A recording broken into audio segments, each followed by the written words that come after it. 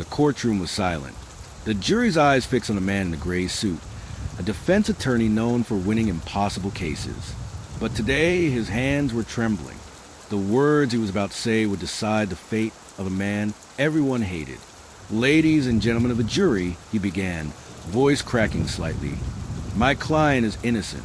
Outside, the world called him the devil's lawyer. Inside, he was haunted by a single question. What if they were right?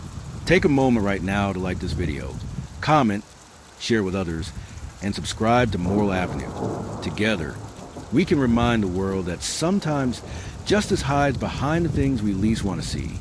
Daniel Hart was once the golden boy of the law world, charming, brilliant, and undefeated. At just 37, he had defended dozens of high-profile clients. But not all of them were innocent. He told himself, "My job isn't to judge, it's to defend."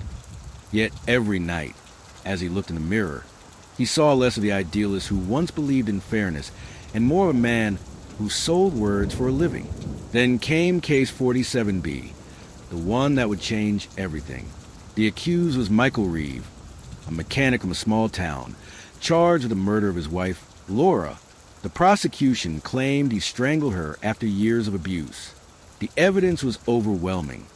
Her blood on his shirt, his fingerprints on the weapon, neighbors who heard them fight that night. Every lawyer in the firm refused to take it too dirty, too obvious, too career-ending. But Daniel, he saw an opportunity. A big case like this will put me on national TV, he thought. So he took it, and from that moment, the line between right and wrong began to blur. When Daniel first met Michael in a holding cell, he saw a man with a broken gaunt, trembling, staring at the floor. "I didn't do it," Michael whispered. "I swear to God, I didn't hurt her." Daniel smirked. He'd heard that 100 times before. Everyone says that. Still, something in Michael's eyes unsettled him. They weren't angry or defiant, just empty, like a man already buried under the weight of his own guilt. Daniel pushed it aside. Innocent or not, he thought, a win is a win. The media tore into Daniel the moment the trial began. "Lawyer defends monster," read the headlines. Reporters camped outside his home, shouting questions at his wife and daughter. Even his colleagues distanced themselves. "He's lost his soul," one partner whispered. But Daniel couldn't back down now. His pride wouldn't let him. During the trial, he tore holes in prosecution's timeline, exposed inconsistencies in witness statements, and argued that the DNA evidence was mishandled. Slowly, shockingly, the jury began to doubt. He crafted his closing speech with the precision of a surgeon. "No man should be condemned without proof beyond doubt. You may despise my client, but hate is not evidence." When the verdict came, Daniel barely breathed. "We find the defendant not guilty." Gasps filled the courtroom. Michael burst into tears. And Daniel, the man who had defended him, stood frozen, feeling nothing but an eerie silence in his chest. Outside, protesters screamed.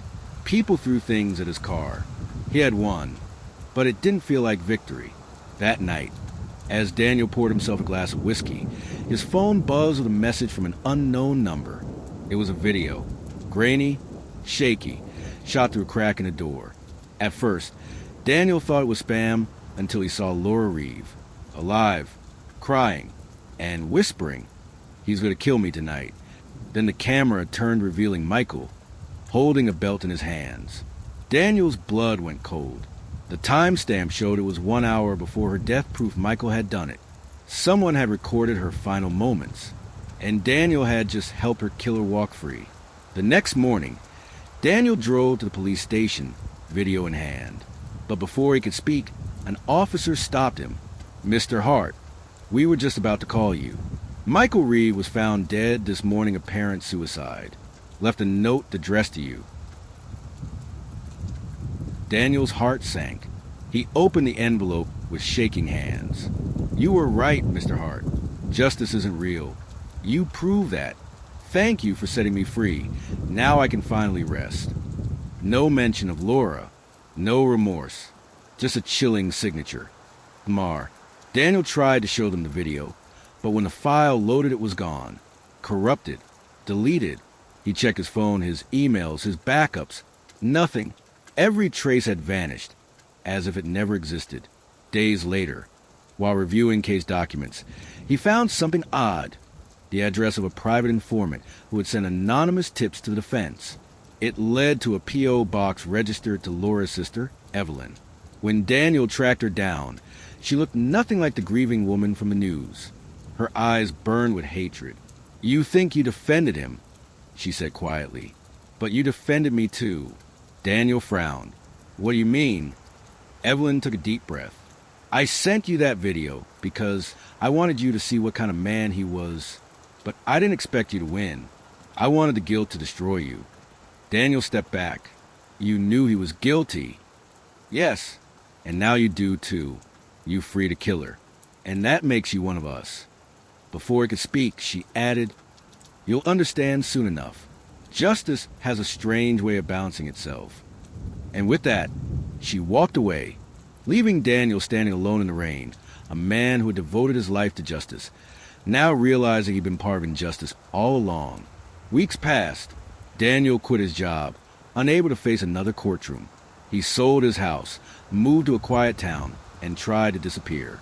But guilt followed him everywhere, in every reflection, every echo of a gavel striking wood.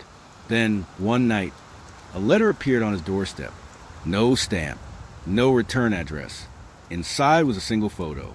Laura's car crashed, burned beyond recognition, and a note that said, "You thought you knew the truth, but this story isn't over." Daniel froze, because in the background of that photo, standing in the shadows, was Michael Reeve, the same face he'd seen lowered into a coffin. His pulse raced. The room spun. He grabbed his phone to call the police, but before he could, another text appeared. "You defended a guilty man once. Will you do it again?" The screen flickered, then went black. Somewhere in the darkness, Daniel whispered, "What have I done?" And just like that, the story faded to silence. Moral: justice isn't blind, it only closes its eyes when we let it.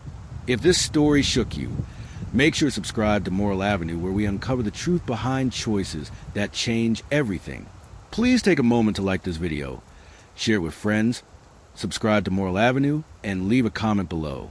Your support helps us continue spreading stories that inspire and heal. Before we end, I have one special request. Comment below what would you have done if you were the lawyer. Thank you for watching Moral Avenue. Kindness always comes back. Justice always finds a way.